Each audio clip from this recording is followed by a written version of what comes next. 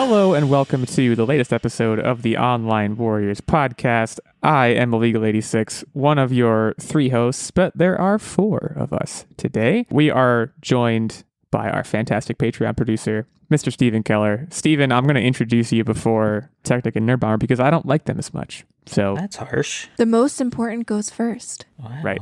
It is harsh, but it's the truth. We're happy to have you back for the last episode of November. Turkey Day has come and gone. Presumably, we have all eaten a lot of turkey. I don't know. I mean, I feel like turkey for me this year, I showed up to Thanksgiving dinner and I had some turkey, but mostly not turkey. You know, everyone, why don't they call it stuffing day? You ever think about that?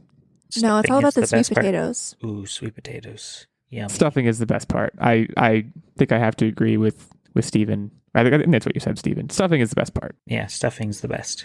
I was telling these guys beforehand, I went to visit my wife's family this year for Thanksgiving, and I engaged in, I'm going to call it philosophical debate about the art of stuffing. And by the way, this is coming from someone who has basically can't cook. I've cooked stovetop stuffing, but that doesn't really count. I've never cooked stuffing for a Thanksgiving dinner, and yet I was leveling opinions. So that was my first misstep. But I feel pretty strongly that stuffing belongs inside the turkey at some point during its cooking process. Well, that's why it's called stuffing, because it has to be stuffed in something. Hold on.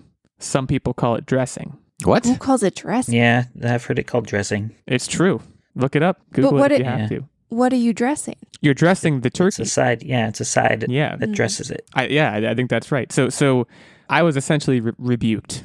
And, you know, we all have different... Look, at OWLE86 on Twitter, should stuffing be in the turkey or should it not? I'll open up a Twitter poll. This will be off the main show account. This will be just on my account.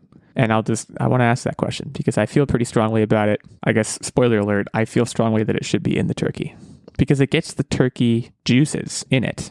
And that's what makes it good. Sweet potatoes are the ones with the marshmallows on top, right? Or is that yams? Also, what is the difference between a sweet potato and a yam? Yes. Can someone walk me through that? They're the same. They're the same. They're the same thing?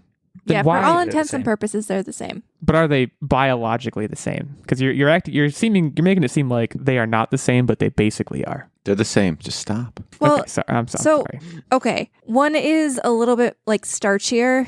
When you cut into a yam, it's like white inside. When you cut into a sweet potato, it's more of that like orangey color. But generally speaking... I thought it was the opposite. I thought the yams were the orange ones. I'm just going to say I am what I am. I thought yams look more like potatoes-ish. And a sweet potato looks more orange. But I could be wrong. Putting immense strain on our fact-checking department immediately, like 2 minutes into the episode. What are yams? What are sweet potatoes? We'll leave it to the listener to decide. Looks like the yams are the white ones. Yams are the white ones. Okay. The more you know. Also, a quick Google says that sweet potatoes tend to have slightly fewer calories and more vitamin C. Look at that. Hey, that's good. That's now seems like a good time to mention that typically on my family's Thanksgiving table, there is nary a yam nor a sweet potato. It's not featured. Really? I don't know if that... Strange. Yeah, it's just never happened that way. I don't know. I think we like carbs too much. Well, actually, are sweet potatoes a carb? They're probably still a carb, right? Potatoes are like a starch, right? I don't know. But a starch might also be a carb. But anyways, thanks. We're not nutritionists. We're not nutritionists on the Online Warriors podcast. Not that was advice, but if you're considering it advice, you shouldn't take it. All right. We had Thanksgiving. It's over. We're all pleasantly full. I mean, we're not recording this right after Thanksgiving. That would be weird, but you can pretend that we are. This week, we are going to talk a little bit about Pokémon Scarlet Violet, how the release has gone. We have some boots on the ground here, someone who has played it to some extent, so we'll be talking to them. I'm not going to reveal their identity until we talk about it, but that's a thing. We're going to be talking about, I would say, well, it's not a sequel to Winnie the Pooh, Blood and Honey, which we talked about with Stephen here as well on a previous episode, but there is another horror movie that is deriving some inspiration from a Disney classic that we'll get into. And then we're going to be talking a little bit about this FTX thing you've been hearing about, and in particular, how Amazon figures in. So there's a lot of news to get to. We're getting back into the thick of it here. And we can start... Sure. Look, that's a TikTok thing, right? It's a really old TikTok thing. I think that was like peak 2020 stuff. I missed TikTok. Well, I didn't. I mean, I could not miss it if I got on it. Like, it's not like it's gone, but I'm not on TikTok. You guys are the TikTok people. So I'll leave that reference to you. let's talk about Pokemon Scarlet Violet. So I want to give you my perspective on this. So Pokemon Scarlet and Violet both came out on November 18th. So a week before Thanksgiving, essentially. And my perspective, first and foremost, as a non-Pokemon player, was I don't care. That's honesty. But I soon started caring because I was seeing a lot of activity on the Twitter sphere about how it was graphically poor. A lot of clipping issues were being reported, frame rate issues of varying quality. I saw Pokemon like going over cliffs pretty routinely. Seemed like a lot of things that were potentially getting in the way of gameplay, both performance-wise and gameplay-wise. So, I don't know that there are plans for them to put out any patches, but I don't think there were any crashes. That's something that's worth noting. I didn't see a whole lot of reports about crashes, just kind of a lot of graphical issues that you may not expect from a franchise as big as Pokemon. So first and foremost, I want to turn it over to our man on the inside, Techtic. You are playing Scarlet or Violet currently? I am playing Violet for the intended market research of this topic. There is no joy to be had. This is pure our research and development team right here. In fact, I will say I hope you had zero fun playing it, because that's not what the goal was. The goal was for you to report back on your findings. Well, that's a problem because I'm enjoying the hell out of it. Okay. So you've had the opportunity to play it a bit. I guess the first question I would have is, have you experienced the level of visual issues that are being reported? So the level of visual issues, and I want to say this, yes, you are going to experience it, and it's not, so there's a number of modes you can play. There's co-op mode, you can be online, offline, whatever, and I'm opting for offline, not co-op, just as basic as it can be. Okay, let me be clear here. And it is like stop motion on like some of the cut scenes where like there's a scene where you walk into the classroom and all of your classmates are like, how the little kids are kicking their legs back and forth, where it's like flip-a-rama, where you're flipping the page and their legs are just jumping between two positions. It's bad, okay?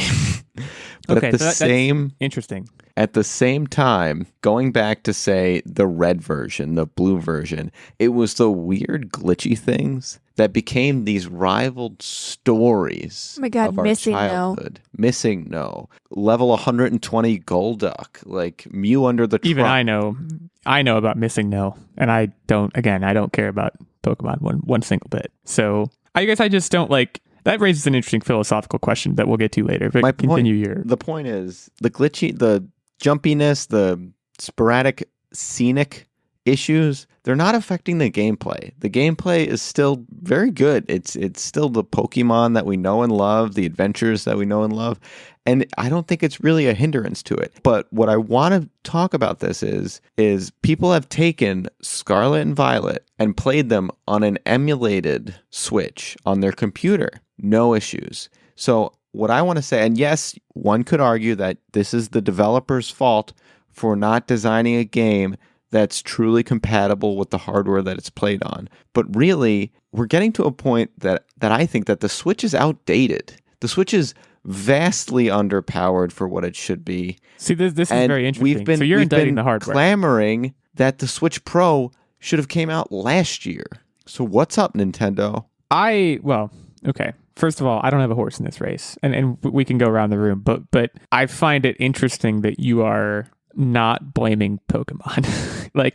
To me, these games are, and like, I'm glad that it's not influencing. It's not that I'm not blaming Pokemon. Pokemon, the developers did not make the game appropriately. There's been vastly superior graphically games that are way more complicated than Pokemon that have had no clipping issues, none of these things, and played just fine. Pokemon is to blame, but the statement stands. If Nintendo would finally get their sugar honey iced tea together and give us the Switch Pro, they would go away. I think I would agree with you if there was a Switch Pro and the Pokemon developers were trying to target the game to a specific system that was not the Switch, I think you would have more of a leg to stand on. But the Switch was what they should have been developing this game for. It sounds like a lot of these things are things that playtesting should catch. And maybe they did catch it. It's not like they were developing the game for multiple systems. Like if it was a cross-platform game, I could understand it a little bit more, but you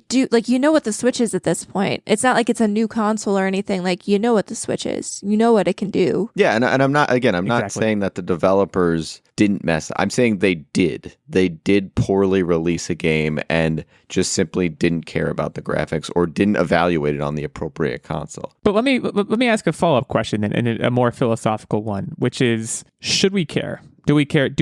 Am I caring too much about this? I think it's hilarious. It's actually heightened some of my, like, I caught an Azurill inside of a rock. Like it glitched inside of the rock, and I was like, you know what, this rock and all, that's my Pokemon now. You were talking before about Pokemon Red, and like, you know, back in those days, these things were like, I guess we don't know. We didn't have social media where like people could just go on and complain and it would become this story, right? Maybe people were complaining, but now people look back on it almost fondly, as you both did when it came up. So like, I guess I don't know, like, if the gameplay experience is largely intact, which it sounds like it is, then some of the glitchiness has made certain like inaccessible areas accessible early in the game. So like there's the classic Skyrim trope of being able to climb a mountain by jumping backwards. Right. Guess what? Which you could do it. Yeah. So right. Normally I should have the fly ability unlocked before I can do that, but I'm able to climb up mountains and get all of these hidden TMs that I would have had to fly over to get very early on, like literally right away. And that's kind of making a neat experience for me. Broken games can be made fun. Okay, so I have a bevy of questions that I want to roundtable. Yeah, let's do it. Do you care, personally, if a game has poor graphical performance, like frame rate drops, bugs, if the game is still fun, if the rest of the game works well? And I'd like to start with Steven with this one. Let him have some input. I'm going to say no. I've never been a graphics guy. Do you just laugh at it and move on? Yeah, it's just part of it. Like, I remember when like Arkham City came out, and no, not Arkham City, Arkham Knight. It would have had. Yeah, Arkham Knight. Yeah, and I had my boat. I had my car floating in the air, and it's just fun taking pictures of that stuff and video, and it's just fun. But it didn't affect the gameplay really. It didn't affect me fighting, so it just moved on and kept playing. And that's why like Nintendo, I've always enjoyed, because I don't need like the high-end graphics. I just like the gameplay, and that's usually what they come with. Can I go next? Because I've strong feelings about this. Well, I want to follow up. There are a lot of games that have literally hung their hat on beautiful graphics, gameplay, story be damned. And that's just, I agree with Steven. That's just not what Nintendo's about. And also, like, if you're not having fun, it doesn't matter how pretty the game is. Right. That siphons in, like, my answer, prepare to roll your eyes, is it depends very much. Because if we're talking about a game like Pokemon, which is not at all designed to be photorealistic, then yeah, I kind of care a little bit more. Well, no, actually, what I meant to say is I don't care as much, because it's not trying to be that, right? Arkham City, on the other hand, Arkham Knight, is striving for some level of high graphical competence, right? It's not a game you play on the Switch. It's a game that you're supposed to be able to see in great detail everything, and it's supposed to look like you're playing a movie. If things go wrong there, like, I'm going to be a little bit more upset. Like, yeah, I will laugh at it. I'm only human, right? If I see a car floating, or if I see a dead guy humping the wall, of course I'm going to laugh. Classic dead guy. Yeah, but it's, you know, it's interesting, because they theoretically have a bigger lift to accomplish games like that, where they need to look like they are photorealistic. So there's probably more things that can go wrong from a graphical perspective and from a performance perspective. But I'm willing to cut them much less slack than a game like Pokemon, where it's never really been about that, right? It's, you know, it's always been about the gameplay, which in and of itself is very, very simple. So for me, the answer is it depends, which I know sucks as an answer, but I think it really is situational. I would also say, like, the Switch, I'm willing to give a lot more leeway. And kind of to your point, Techtic, where, like, it is not a PS5, it is not an Xbox Series X, there is not a Switch Pro. So I just naturally expect less from it. So if it delivers less, then I'm not as upset by it. But I don't know. At the same time, you know, Pokemon is such a big deal that I just feel like it's like, really? For me, it's more a function of the company that, like, the developers that made the game, and like what the game represents. That makes the fact that it's not up to snuff seem like more of a criminal act. I think in terms of the developer, With the Pokemon games, I feel like this is a giant step forward for the Pokemon franchise. And I know Arceus came out, and I'm probably pronouncing that wrong again. I always do the hard C. I know it's not a hard C. I don't care. That's how I say it. We know what you mean. Yes. Yeah. I know that explored the open world concept, and even Sword and Shield had like the open world area, but this is like the first fully like 3D open, like there's multiple, I think, quest lines that you can follow. I have not played this yet, but from what I've heard about everything, there's multiple quest lines you can explore. This is kind of a big jump for the Pokemon franchise, and so I do give the developers a little bit of slack just for that as well, because it's a major step of evolution. They don't have experience necessarily with a game of this breadth and depth, you know? So if the next Pokemon iteration comes out and is still having a bunch of buggy mess issues all over the place, I think I'll be a little bit more irritated. But even then, like, as long as it still functions and it doesn't crash your game, I don't know if I care that much. You want to see if they've learned their lesson. Right. Essentially, which I think is fair. I mean, look, we've come so far, right? Like, and again, like looking back to like the Game Boy days, like I think all of us just went into video games as a medium having generally lower expectations. So it wasn't even that when we saw Missing, though, like we didn't necessarily even think it was funny. We just thought, okay, this is, you know, this can't be perfect because it's 1992. Can I just say, like, how the heck did we all learn how to find it? Actually, the internet. For me, it was the internet. I think mine was like bus talk, like school bus chat. Bus talk, the classic. It's where I learned a lot of stuff. I distinctly remember I was probably too young to be on Pokemon message boards, but there I was. And I was on Pokemon message boards and everybody was freaking out about Missy-No. I think I might have been even a Pokemon message board on Neopets. Talk about some Inception stuff going on there. But yeah. It's very situational. Like and to kind of tie into part of what my What Are You Up To is going to be is, yeah, I'm continuing to play Assassin's Creed 2, although I've transitioned to the Ezio collection on the Switch, and like the graphics are very 2009, but my expectations are also very 2009. So and you know, so long as it doesn't get in the way of the gameplay, which 9 times out of 10 it doesn't, then I don't care. Kind of to Steven's point, you know, you laugh at it, and in that case in particular, you laugh at it and you say, "Wow, 2009 was something else," and then you kind of just move on, right? I do think this is a different situation, though. I think the Pokemon developers have a little bit to answer for, and I don't know that we have news of a patch. There was a 1.01 update, but there hasn't been a patch for a lot of the things that are being kind of swirling around Twitter right now. One last generic roundtable question that I did have is, you know, we talked about how just now that it's kind of on the Switch being outdated, but also really on the developers,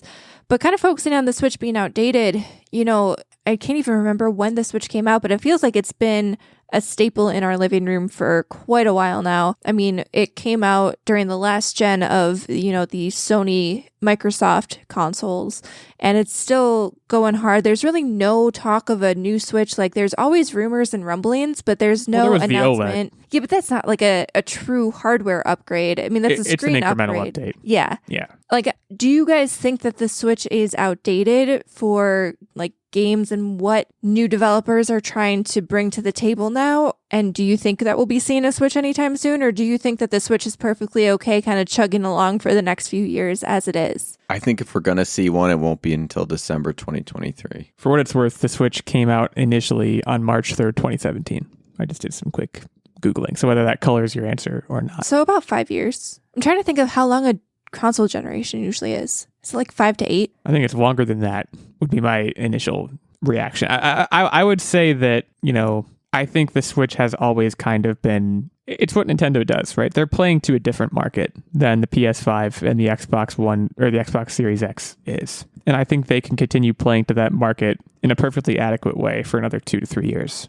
So for me, I don't feel like it's an imminent need, but I don't know. I'm perfectly happy with the experience that I'm having there. But again, I'm going to it as a console for a different kind of experience than the PS5. And when I'm playing PS5, I expect nothing but the absolute best performance and, you know, graphical capabilities. Steven, your thoughts? Does Nintendo need a Switch Pro? Maybe. I don't think I need it just because I have a PS5 and the Nintendo does a good job of developing their games for their hardware. But the third parties are kind of what they'll probably need. So they probably need something. I could see it coming with there's been a lot of speculation that maybe it'll come with the Breath of the Wild sequel or with Metroid Prime 4, because they might need it for that. So Metroid Prime 4, the game that's been talked about for 10 years and maybe may never come.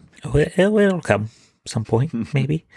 I feel like it has to, but that's a good point. Do they, I'm sure Nintendo already knows, right? And they will time it for one of their first party titles like the two you just mentioned. But I would guess 2025. I don't know. It feels a little arbitrary, but I think that, I think you busted. You think I busted? I mean, considering I feel like it's been a very successful console, especially considering, like, I got one in, I think it was 2020, and I had such a hard time getting, and granted, that was like, it was in the middle of COVID. It was like supply chain issues and, demand issues. And Nintendo tends to choke demand for their consoles pretty severely. That same thing happened with the Wii. But the fact that I had such a hard time getting one, and the fact that, like, Animal Crossing was the phenomenon that it was and, like, caused people to buy consoles to play it, I feel like they're probably doing just fine. And granted, we're now 2 years removed from that, craze, but it still feels like they're doing okay. I guess time will tell. Who knows when we'll hear about a Switch Pro, but I would imagine that's what it should be. I hope they don't call it like the Nintendo Switch S or something, because that would be Microsoft. You're blowing it. That's what I'm trying to say here. You need to get better naming conventions for your consoles. So Pokemon Scarlet Violet. Let us know on Twitter at Techtic thinks it's great. At OW League86, at OW Techtic, at OW Nerdbomber are our host accounts, and we have a main show account at Online Warriors 1. What has your experience been like? Is kind of the governing question. Have you seen all of these performance issues? And also, do you care? That's also a valid question. Let's now move on to something very, very different. So I don't think it was the last time you were here, Stephen, but I think a couple times ago when you were here, we talked about Winnie the Pooh, Blood and Honey, which was a horror movie where Winnie the Pooh kills people, ostensibly. I actually haven't seen it, but, slasher movie is kind of what the gist of it was. It came out this summer, and now we are hearing about Bambi. It's something weird. Bambi, it's not the Blood Reckoning. The Reckoning. So basically, Bambi is going to be getting a similar treatment. Is kind of the idea here. Now, I want to say from the jump, my first thought upon hearing this, it's first of all partially inspired by The Ritual, which I did see, and I thought was pretty good. I think Bambi is already scary. That's like I think when I was a kid, I was vaguely afraid of Bambi because, spoiler alert, isn't it like right away that Bambi's mother gets shot? Oh yeah. Right in the beginning. That's but that's scary. not the scary part of this. It was scary to me. But it's different. Yeah, this is like the hunter kills Bambi's mom and then Bambi goes on a rampage. It's like, I'm going to take you down. You step into my woods, you won't leave. He gets his mother gets killed by man, and so he takes on the persona man. What? Man deer. It's a Batman reference. Man. Let me quote here the director Scott Jeffrey, because I think this quote is pretty telling. Bambi will be a vicious killing machine that lurks in the wilderness. Prepare for Bambi on rabies. Steven, I want to turn it over to you because you're one of our movie experts. Are people out, because I wouldn't know if they were, are people out there clamoring for Bambi on rabies? Because I wasn't, but I could see it. I can see a vision here. I think it's just people like their horror movies and they can be made for cheap and make a lot of money. So, I mean, the Pooh movie looked pretty cheap, but I think it's mainly just the IP that people maybe will go see it for, just to see what it is. Maybe act like it's a car wreck on the side of the freeway. They just got to look at it and see. Right. And it's a similar origin story, I believe, to Winnie the Pooh, Blood and Honey, in that the novel upon which Bambi was based, which is Bambi, A Life in the Woods, has just entered public domain, which I believe is the same thing that happened with Winnie the Pooh, is it entered public domain, at which point anyone can kind of do whatever they want with that story. And I do think, and I may have said the same thing last time, horror is a very interesting genre, right? And there's a lot of things you can do with it. And like you mentioned, it can be very cheaply made and it can maybe make a lot of money. And a great way to make a lot of money is to get people talking about it. And look at us here talking about it. I do think it's an interesting idea. I want to turn it over to someone else for their thoughts while I Google how Blood and Honey did, because I don't actually know. Well, Blood and Honey, the thing about Blood and Honey is they were very humanoid And I wanted to ask you guys, do you think this Bambi is going to be, and I know it says it's going to be like Bambi with rabies, but do you think it's going to be another humanoid thing to keep the budget? You know, they don't have to worry about animation, anything like that. They're just going to say, this is ripped Bambi now. I think they could do something kind of like, and I know you're not supposed to say the word because then it'll come find you, but I'm going to take the chance here. Beetlejuice. No, I feel like they could do like a whole Wendigo type deal where Bambi goes crazy and like becomes the Wendigo almost. Because isn't that like a deer head sort of thing? Sorry, which movie I was looking at Blood and Honey. Which movie were you referring to? He's trying to get you to say it as many times as possible. No, I have to say it again. Like I was saying, Bambi could become like the Wendigo, but the Wendigo, because the Wendigo is like a deer head sort of deal, right? I'm trying to think. I think back, the Wendigo, like the Wendigo creature looks pretty frightening because I looked that up. The ritual creature, and I think the ritual creature has like some deer-like elements. Yeah. The Wendigo is like, look, maybe spoiler alert, but like we played it until dawn. At least I did. I think Nerdbomber, you played it and you might have opted out. It was scary. It's a little frightening. The Wendigo, I think it's humanoid. I don't think it's deer-like, but I could be wrong. There's a lot of like legends about. I think the Wendigo is one of those things where like people might not even know what it completely looks like. It's just like a lot of rumors because it's, I don't want to call it an urban legend because it's not that, but it's like it's one of those things. I did a quick Google. And it definitely looks like a deranged deer man. Oh, yeah. That's 100% what Bambi's going to be. You are, oh my goodness, you are spot on. The Bambigo, potentially. They should just rename this Bambigo. I want to say, so first of all, Blood and Honey has not come out yet. It had a pre-release, and it looks like the reviews have been mixed. Someone wrote that it's a perfect, and I'm quoting now from Kelly McClure from Salon, it's a perfect example of the wrong that could come from a creative work slipping into public domain. Someone else wrote, Katarina Fetter of ArtNet wrote, you can't buy publicity like the kind they've had, and something tells me that this indie passion project will find its funding, bringing to life the director's unique ideas about murdering women in bikinis. That's interesting. I also want to mention that Bambi the Reckoning is one of two movies that had been mentioned in a similar vein as of this month. The other one, Peter Pan, Neverland Nightmare, which I love that title so much. I know nothing about it, but I think this is really interesting. I think that I could see this, like, I would love for one of these to be good, I guess. Like, I don't know that Blood and Honey will be good. I would love for one of them to be startlingly good, because right now, right, we're talking about it like it's, I don't want to say we're talking about it like it's going to be some kind of joke, but like it's, I don't know, are any of us taking it seriously? I feel like the answer might be no. Well, it's a joke. It'll be a joke. It'll be a joke, but I think it would be very interesting if we treated it that way and then one of them turned out to not be. I think the chances of that are very low, but I think that would be interesting. I do want to like shout out to the directors.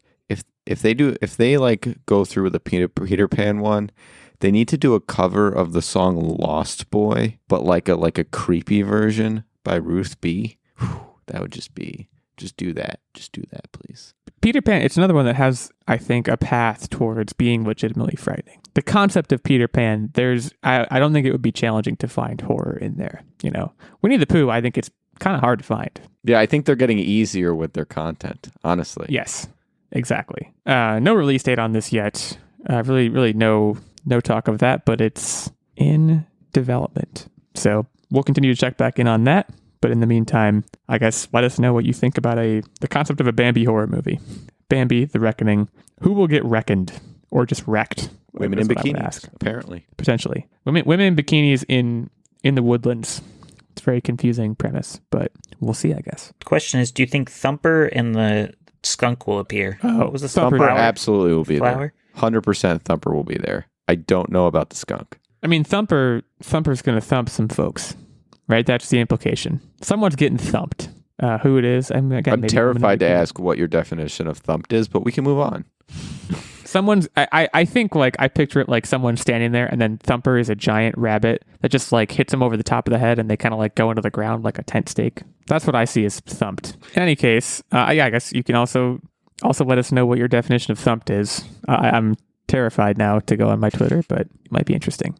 So right now we are going to take a short break, but before we do, I have to give props to our fantastic guest, Mr. Stephen Keller, who is here with us. And he is here with us as a result of his Patreon subscribership. That might not be a word, but I'm making it up. At the night level of our Patreon, which is our highest of 3 levels, he is a producer of this show. As a result, he gets this occasional guest spot. He gets input into the weekly game segment, in which he will this week be participating. So he gets a leg up on the competition. Not that there's much competition coming from me, but you get the idea. He also, of course, gets input into the weekly game segment is what I just said. He also gets access to the monthly secret segment and vlog, as well as the producer's shout out every episode. That's the night level, which is the highest of our 3 levels of support on Patreon. There's also a Squire level, which gets you access to the monthly secret segment, and a Page level, which gets you access to the monthly secret segment. So you can head over to patreon.com/onlinewarriorspodcast, get all the details there. Thanks again to Steven. Consider subscribing. Come hang out with us. Help us keep the mics on and the voices flowing. We'll take a short break now to shout out a sponsor, and we will be back to discuss FTX.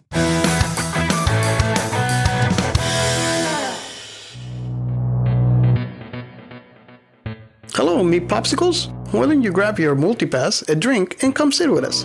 Let's pick each other's brain. We want you to be part of our intimate conversation about science fiction topics. Let's do this. Join us, and let's talk about science fiction topics in books, movies, TV shows, and games. At Science Fiction Remnant, you are invited to listen in. Listen now on Apple Podcasts, Spotify, Audible, or wherever you listen to podcasts. And don't forget your multipass.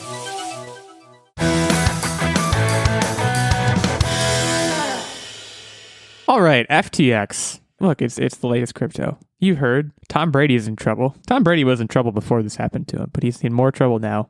Steph Curry, I believe, also in trouble. FTX is one of the latest cryptocurrencies. It's actually a crypto exchange in which Tom Brady and Steph Curry, among many others, were significant investors. They filed for bankruptcy fairly recently. You've probably seen photos of Sam Bankman-Fried, who is the FTX CEO, who's currently obviously under fire. The long and short of it here, Amazon has already ordered a limited series, which I wanted to talk about this because I don't know what the story is here, but I also think it's very quick to, the dust has not settled on this yet. And I wanted to talk about this less in the sense of FTX and more so in the sense of media's reaction to things like this happening, wherein people lost millions upon millions of dollars. It was obviously not good for anyone. And we're seeing a lot of television based around this. I think there was recently one, and granted, Uber is a successful company, but I believe right now there's a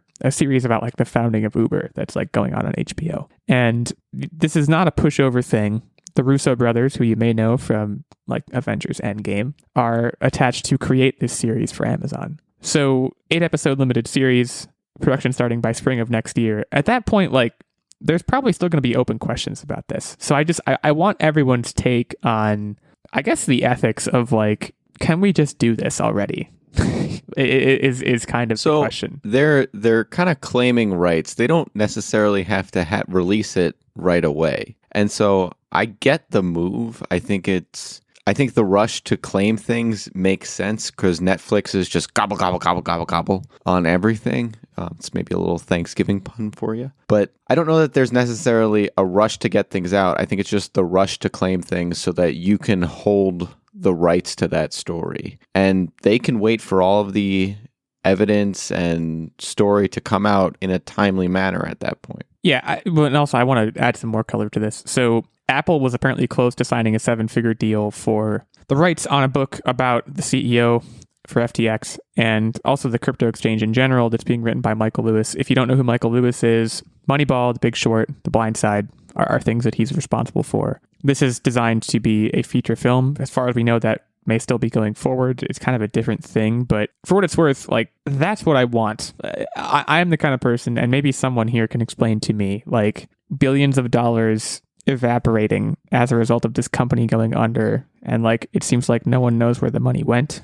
And also the crypto in general. We've talked about it on the podcast before, but my understanding of it is still pedestrian, to say the least. And movies like The Big Short have done great things for me in terms of The Big Short explained the 2008 financial crisis to me in a way that was very understandable, and it was designed to do that. And I need that resource for crypto because looking at the face of this, I only barely understand it. In my opinion, and it's not really, it's a little bit of fact, a little bit of opinion, but the stock market, cryptocurrency, it's all not real. So it's billions of dollars disappearing is based on there was something that was highly overvalued, and then push came to shove, it no longer has that value. It's the same thing with shares. Sometimes they get, it was big with Twitter and Elon Musk. He would post Dogecoin. It would go thousands of dollars up. What does him saying Dogecoin have to do with any value of anything? And this is to say nothing of apes. We haven't even talked about apes. I saw might have been like a Twitter fact or something, like fact of the day, but Justin Bieber had bought one of those ape NFTs for like 1.5 million. That's not an exact figure. None of these are exact figures, but it was like on the order of over $1 million. And now it's only worth something like 50,000, which is still a lot for a digital ape picture, but the amount of money lost, and I think that was within the span of less than a year. Man, that is crazy to me. I feel like in 5 to 10 years time, like, how we have a bunch of, there's documentaries about like WeWork and what is the Firefest, and even that what the medical company, I'm blanking on the name, I literally just had on Theranos. Yes, I feel like that was kind of like the hot documentary topic. All of these startups that just kind of she just went to prison. Yeah, by the she way. did. Shout out to her. Shout out to Elizabeth Holmes. But You're like in prison. All these documentaries about kind of sketchy startups, I feel like in 5 to 10 years time, we're going to have a bunch of documentaries about crypto everything and NFTs. Steven, I want to turn it over to you. Like, what are your thoughts on, I don't want Amazon to go like this is a like glamorous story about capitalism. I don't, it's not that I don't trust them to make it more of a cautionary tale, but like, if you were to watch this, what would it need to be? I don't know. I don't know if I would watch it. Yeah, if the answer is just you wouldn't watch it, that's fine too. Yeah, I probably would watch it, but like, I probably want it more to be a documentary rather than like a reenactment show. Like, I don't want it to be like The Social Network, or I don't want them to hire actors. I want them to actually like talk to the real people and show those people rather than just reenact stuff. Right. And I'm glad you mentioned Social Network, because like, for what it's worth, I like the movie The Social Network, but one thing that I think it probably does is like, and whether it intended to do this or not, it glamorizes Mark Zuckerberg, and like, he did some poopy things to various people, and it kind of makes it seem like, oh, well, he's just a misunderstood guy. And like, I feel like, not knowing a whole lot about the CEO, Sam Bankman-Fried, like I wonder if the intent is, okay, we're going to do some damage control for this fella. I would like to think that's not the case, but it all feels very soon for me for them to be like, hey, let's, profit off let of all the facts come out, let all of the justice be served, as it will, and then do it. You don't want to bias anyone anyhow in any of the investigation. Legal wheels turn very slowly. If there's one thing I know, it's that. So again, if they're starting production on this next year, like there's going to be a lot of questions unanswered at that point. So I think we'll have to wait and see more.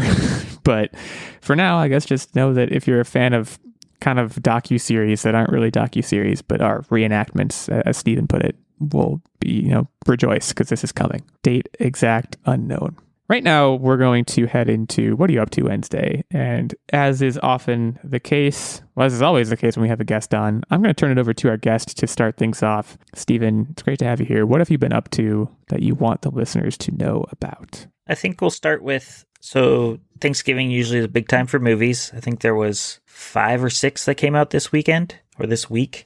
So I saw 3 of them, and I'll kind of rank. I'll start out with listing them in order. Did you see? I don't want to cut you off. Did you see Glass Onion? Because I saw Glass Onion. Yeah. So let's go through the 3. I'll rank them in least to favorite. So we'll start with Strange World. Was my least favorite, the new Disney animated film, and then I saw Glass Onion. That was my second favorite, and then The Fabelmans was my favorite. So I don't know if there's any of those you want to talk about in detail. I'll talk about Glass Onion, because I was planning on wrapping that into my update, but I want to ask you about The Fabelmans, because The Fabelmans, the trailer alone, I struggle with movies like this, because it's a movie that Steven Spielberg made as a testament to the fact that he loves movies, and it's about his life. It's essentially autobiographical. Yeah, it's a memoir that he put on film rather than book. I love Paul Dano so much. That is like one of the main draws for me, but it sounds like it was really good. I loved the trailer. Like I watched the trailer 10 times. So it's good to hear that it was good. I'm sad for Jake Gyllenhaal and Strange World. I didn't really have an intent to see it, but it's just kind of like, it's beautiful to look at. The hair and the fabric on the clothes, like the animation is just spot on. But then the story's just kind of meh. And probably part of it was, I thought it was going to be more of like a space adventure. Like they went to this planet, but it's more of like an old, like 1950s pulp adventure. Huh. They don't really go to space. It's just kind of the world they live in. They find something underneath their world. And so it's Gears of War. Kinda, I guess. Yeah. Probably less violent. Less blood. Yeah. How many chainsaws were in there? Yeah. I don't think there was any chainsaws that I can remember. But yeah, so it was more kind of like a little adventure story rather than a sci-fi kind of journey that I was expecting it to be. But cool. But the Fabelmans, yeah, I loved it. Spielberg's my favorite director, so I kind of was biased going into it. It is long. It's like 2.5 hours long, but like I'm an old man now and I fall asleep pretty easy when I go to the theaters, and not one bit was I going to fall asleep during this. Like, so it was really good. If I know the story correctly, Steven Spielberg kind of snuck onto a set to try to get his way into the industry and become who he is today. Is that correct? Yeah. More or less, yeah. But that's not. This is kind of prior to that. This is him growing. It's a child. Kid. Yeah, this is childhood. Him getting his first camera as a kid, going to his first movie, kind of. Then it's more about like the relationship of his parents. So it's just you are someone who has a vast love for films. When are you going to sneak into Hollywood and start your career? It's far away. I'm far. It is far. And also, I went to Hollywood somewhat recently. I was traveling for work, and it's not that great. Throwing that out there. It's not that great. It's not as glamorous as you think it's going to be. It's a lot of working in coffee shops and stuff like that. I think it also takes true. A lot to get in, so not worth it. I'm also one thing I want to ask about the Fabelmans. I'm sure Paul Dano was incredible. Seth Rogen.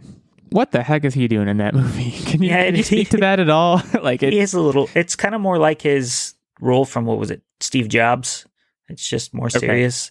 Okay. I don't think he ever did like his weird, goofy laugh. There's no. He's never high. Too. Yeah, so it's a lot tamer and he's not in it too much, but they do a good job of restraining him, I think. So yeah, I'm very interested. And I am, for what it's worth, I'm glad you brought up how long it is, because I think there's a general illness in film right now of like every movie has to be over 2 hours, and it's real bad this week. It's real bad, and I have so much more respect for movies that are 90 minutes. Like I think that's because these days it seems like it takes talent to get movies like that made. So I want more of those, but we're not getting them at all. This week's movies with Glass Onion was 2 hours, 20 minutes. Fabelman's 2.5 hours. That movie Devotion was 2.5 hours, I think. Yeah. It's just everything's 2.5 hours. The new Black Panther, I believe, so Wakanda Forever, I believe is 2.5 hours. It's like, come on. Like someone, like, give me a break here. Avatar's like over 3, and the new Damien Chazelle Babylon movies over 3. So I genuinely want to know, like, who enjoys a 3-hour movie without a break? Like, are there people who can sit that long without having to like get up and stretch their legs or go to the bathroom or something like that? Because I feel like unless you're watching it at home, you end up missing part of the movie then, because it's almost inevitable for me. Like I try to go to the bathroom like right before the movie starts. I try not to drink anything. I like lock in when I know it's 3-hour adventure, but like probably 2 hours in, I'm like, I've got to run to the bathroom soon. I hope I don't miss anything good. I understand it, and I actually kind of appreciate it from the perspective of like, I'm paying $15 for a ticket. You get more value from it if you're in the theater longer, theoretically. But I think it oftentimes leads to stories being drawn out that don't have to be, right? It's a fine line, but like, I do think the 2-hour mark is like, you should try and be below that. It just seems like a good watermark of like, if you're going over that, you're probably, some things should be on the cutting room floor that aren't. I don't know, maybe I'm wrong about that, but that's just how I feel. But good to know the Fabelmans, because I'm definitely interested. I'm more interested now And I'm also glad that Glass Onion wasn't last on your list because I'm going to talk about it and I thought it was really good. Is there more you want to discuss with folks, or are you ready to turn it over? Only other thing I'm doing is playing God of War Ragnarok. Ooh, I need to know how you like it so far. I don't have it yet. I'm about 8 hours in, I think, and I'm liking it. It's kind of a lot like the first one. Beautiful to look at, fun combat, impossible to put down.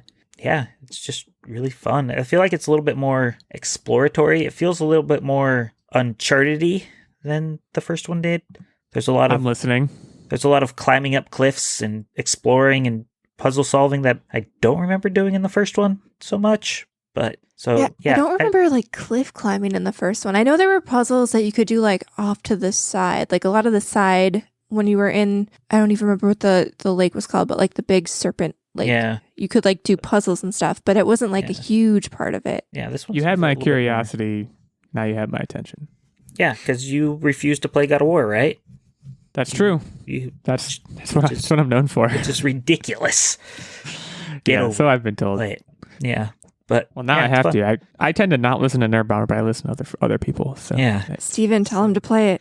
Yeah, he needs to play it. I think he just did. Yeah, that's cool. That's the one game I'm playing, other than watching the World Cup. I want to talk about Glass Onion. So I saw it. It's very fresh in my mind. I saw it last night. For those that do not know, I am a Knives Out stan. I think that's an accurate use of the term. I saw it 3 times in theaters, which for me is unheard of.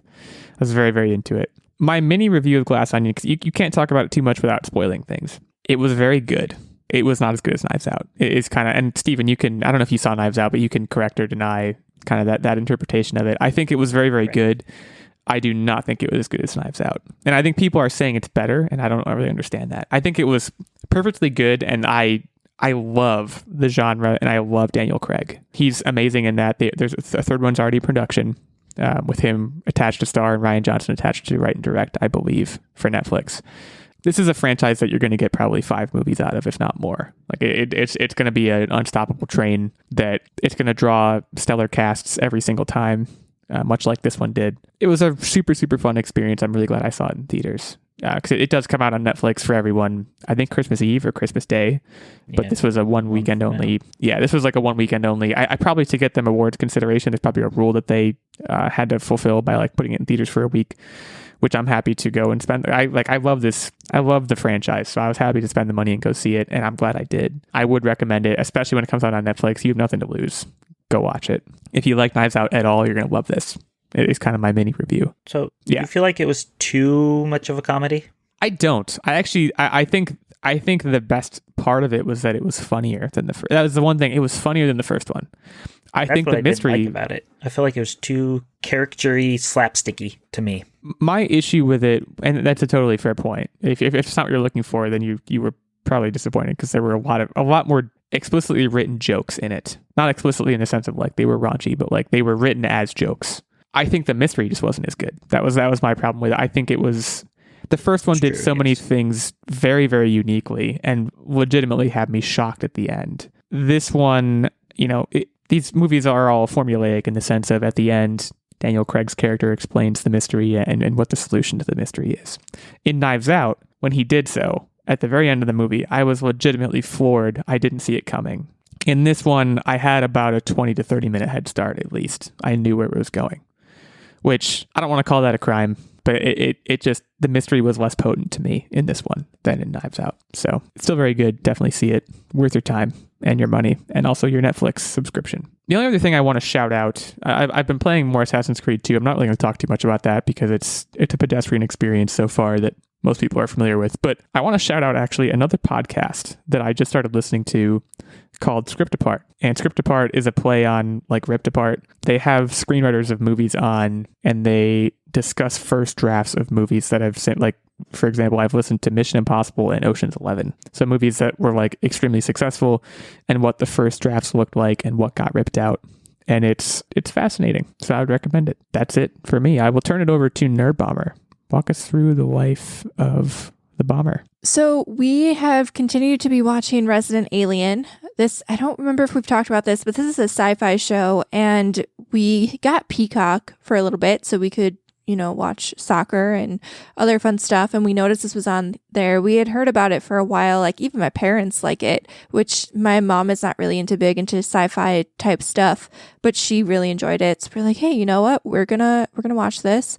It has Alan Tudyk in it, and it is pretty good. I don't know if it is like a 98% like the Rotten Tomatoes rating gives the show, but I find it very entertaining. It's very stereotypical sci-fi show. Like if you liked stuff like Psych or Eureka or anything like that on the Sci-Fi Network, it's pretty much the same kind of like formula almost, where you have like your fun cast of kind of not offbeat zany characters, but they're just like kind of quirky, fun characters that you're following around. And then you have like your main character who is a little bit different from everybody else. And in this case, the main character is an alien who assumes a human form to blend in because his ship crashes on Earth and he obviously just needs to blend in, and takes the identity of a doctor, and then he gets pulled into the town's life because everybody he's just living up in a cabin on vacation, but then the town doctor passes away and they need a new town doctor, so they come find him, not realizing he's an alien obviously, and then he has to start interacting with people, and it's just a fun kind of ensemble show with like an overarching plot line. And it's a 45-minute to an hour runtime too. So especially now in like these winter months, I typically tend to lean into like the longer shows, because in the summer I feel like we just have so much stuff going on that, we try to stick to those half-hour comedies. So this is fitting into our life right now. There's only 2 seasons though, and we're nearing the end of season 2. So we have to find other things to watch soon. If you have any suggestions, let me know. Other than that though, I did finish finally The Winners, the Frederick Bachman book, which was the 3rd book in the Beartown series that I've been talking about. It is very good. The beginning was as slow as I was saying, but once it picks up, it is as good as the first 2 Beartown books. But also, like many Frederick Bachman books, tugs at the heartstrings a little bit. So be in a proper headspace if you want to read that, but it is a very good book. And last but not least, I am still playing through A Plague Tale. It is still very heavy. I'm still struggling because it is so heavy and it's very stealth focused. I'm getting very frustrated just because I think I just want to play like shoot 'em up games, and I'm making myself play a stealth game because I really loved the first game.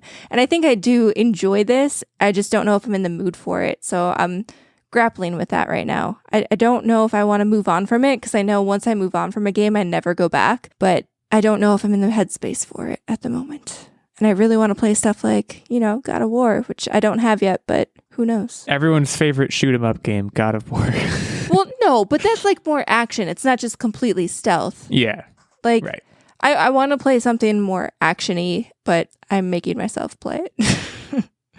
I don't know. There, done that. Yeah, do you guys ever get into that where like it's a game that is really good? Like it's been nominated for a Game of the Year award, and I really did enjoy the first game a lot, but there's just, I think it's super heavy and very stealth focused, and I just don't have the patience for that right now, but I can't make myself not play it either. I don't know if that makes sense.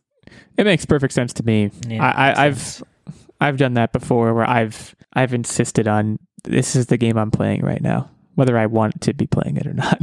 Like, regardless of whether the game is even supposed to be good or not, I'm like, this is what I'm doing. And I don't know why I do that, especially after I hear myself say it. It sounds ridiculous, but I do know what you mean. Yeah, it's a sick, twisted part of being a gamer. Yeah, right? Indeed. There's a sweet spot with how long a game takes to beat, and sometimes they do not meet that sweet spot, and you got to buckle down. I will say it is probably double the length of the first game. So that might be why I'm feeling the way that I'm feeling too. Because like the first game was also like, it's about the plague back in the day. Like it's not a sunshine and rainbows game by any means. But the first game was only like 10 hours. So I think that it was a little bit more digestible to be in that headspace. And this one is more like 20. So I'm like, I want to tap out.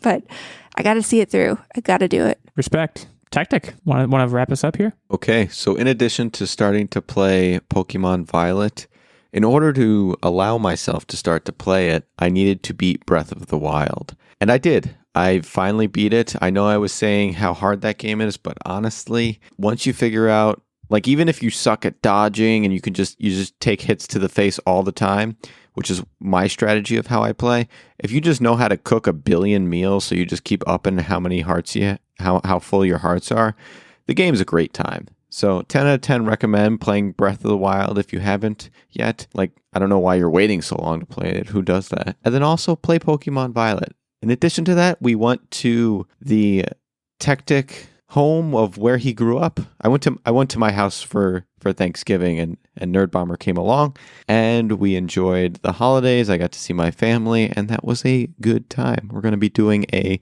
late Thanksgiving with hers pretty soon. That's all I got. In your childhood bedroom? No, that's weird. I get a hotel. Oh, rats. No, there's no rats. No rats? No, there's no rats. That's not why. I just prefer a hotel. Sounds like a nice hotel. So with that, cool. Quiz time. Hit us with the quiz, man. So the quiz topic, and before I get into it, it is Bing Crosby Trivia. But Illeagle, why don't you hit us with the records? Yeah, I can do that. So, well, it's not going well for me. Techtic 13 and 11, Nerdbomber 12 and 10, myself 10 and 17, Steven 2 and 1. So Steven with the best percentage-based record. Nerdbomber and Techtic really fighting for the top spot. So the real story here is, will Nerdbomber win? Because if she does, she holds on to this top spot. If she doesn't, she will not. So without further ado, Techtic, sing us a song. In what year was Bing Crosby born? Who's going first? We're going to have Nerdbomber go first. I'm trying to think. White Christmas came out in... Well, you're on the right track so far. Yeah. White Christmas came out in, was it like the 40s maybe the 50s? But would he be, that doesn't make sense. He was born when it came out, yeah. No. It doesn't make sense. He wasn't born in the 1800s, was he? No. That would make... Who are you talking to during this? Myself. I like to open my inner dialogue, so people know what I'm thinking. I'm going to say 1901. Boy, I think that's a great guess. I assuming I'm going next. I just want to say I think that's a great guess. My back is against the wall here. I feel like I have to go 1800s. No, he wasn't that old though. 1910. He was a spring chicken when he came out with the first White Christmas. Okay, the pressure I feel like is on for me right now. Small nugget. Bing Crosby is from where I'm from, and his childhood home was on the campus of the same college I went to, and so I have a little bit of... You have the inside track here. Yeah, but I don't know anything about him other than he got an honorary degree from the same college I went to.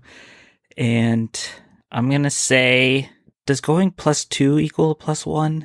I'm going to say 1903. Stephen Keller gets it right on the money.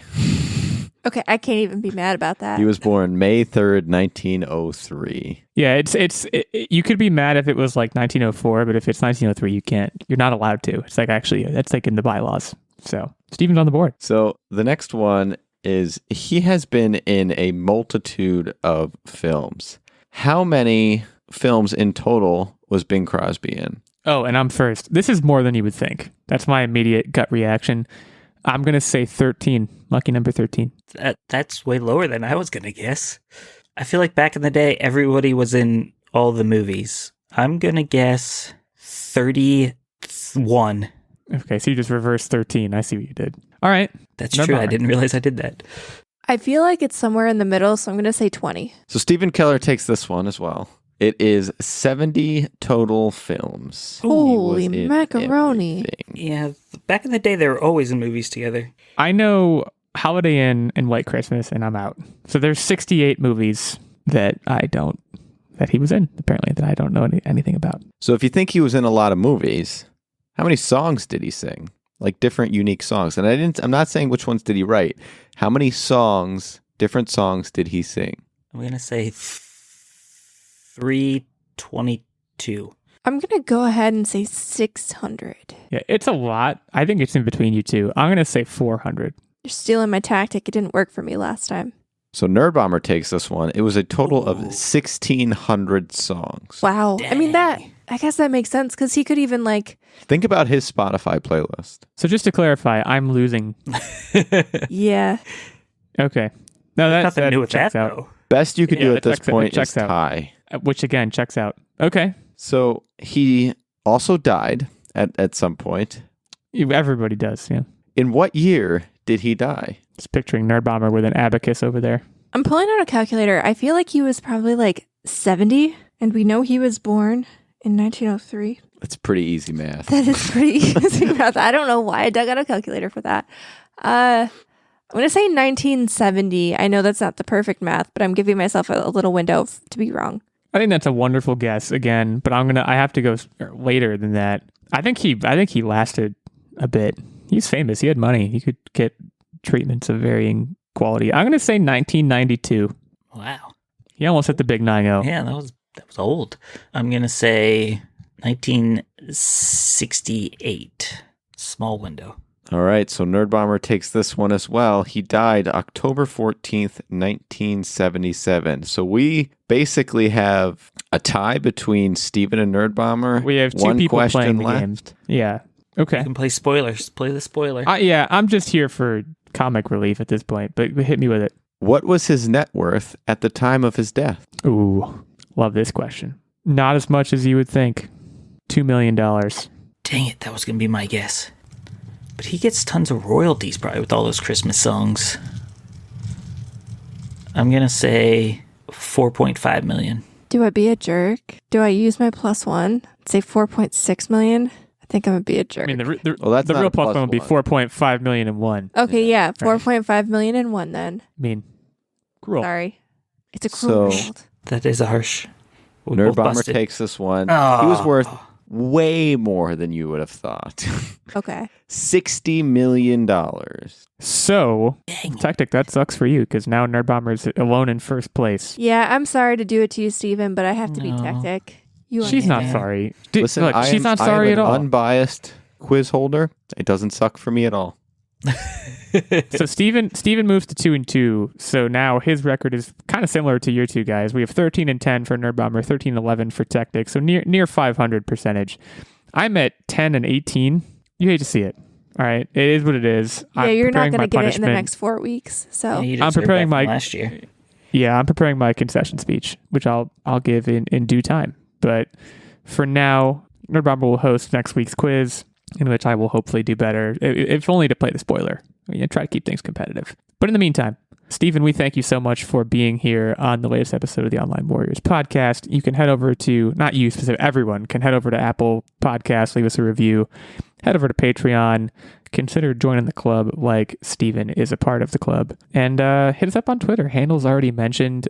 Steven, before we let you go, do you want to shout out anything else, or are you good to just kind of fade into the night? Give us a tech tip. Whoa, I don't know if I have a tech tip. I do have a funny Bing Crosby story, though, for you. That counts. It's the same thing. So on campus, they had a bronze statue of him, and they had a Bing Crosby day, and he had to have a pipe screwed into his mouth on the statue, and there was only 2 or 3 pipes on campus, and I broke one of them while screwing it into his mouth. So watch out when you play with Bing Crosby's pipe. So Bing Crosby's ghost is somewhere being like that, Steven Keller, and like shaking his fist in your direction. Yeah. How does that feel? With me. It felt bad. It was not a good moment for me. But so there you go. In other words, the tech tip this week is don't mess with Bing Crosby's ghost. Yeah, don't mess with his pipe. Don't mess with his pipe either. Yeah. Boy, that was a creepy giggle on Nerdbomber's part. We'll leave things at that. Have a great week, everyone. We will see you in the month of December.